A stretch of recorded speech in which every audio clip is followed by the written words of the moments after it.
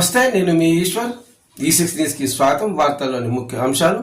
కరీంనగర్ జిల్లా రాజకీయం ఒక్కసారిగా వేడెక్కి కరీంనగర్ మేయర్ సునీల్ రావు బీఆర్ఎస్కు గుడ్ బై చెప్పి బీజేపీలో చేరేందుకు సిద్ధమయ్యారు. నేడు కేంద్ర మంత్రి సంజయ్ ఆధ్వర్యంలో ఆయన బీజేపీలో చేరున్నట్లు ప్రకటించారు. తనతో పాటు మరో 10 మంది కార్పొరేటర్లు తీసుకువెళ్లనున్నట్టు సమాచారం. ఈ నేపథ్యంలో మేయర్పై మాజీ మంత్రి గంగుల కమలాకర్ సంచలన ఆరోపణలు చేశారు. BRS MLA Gangula Kamalakar mayor Sunil Rao అత్యంత అవినీతిపరుడని, ఈ 5 సంవత్సరాల్లో ₹1 కోటి సంపాదించాడని, మా దగ్గర అన్ని ఆధారాలు ఉన్నాయని, దీనికి సంబంధించిన ఆధారాలు త్వరలోనే వెల్లడిస్తానని, అవినీతి బయట పెడతారన్నాడు.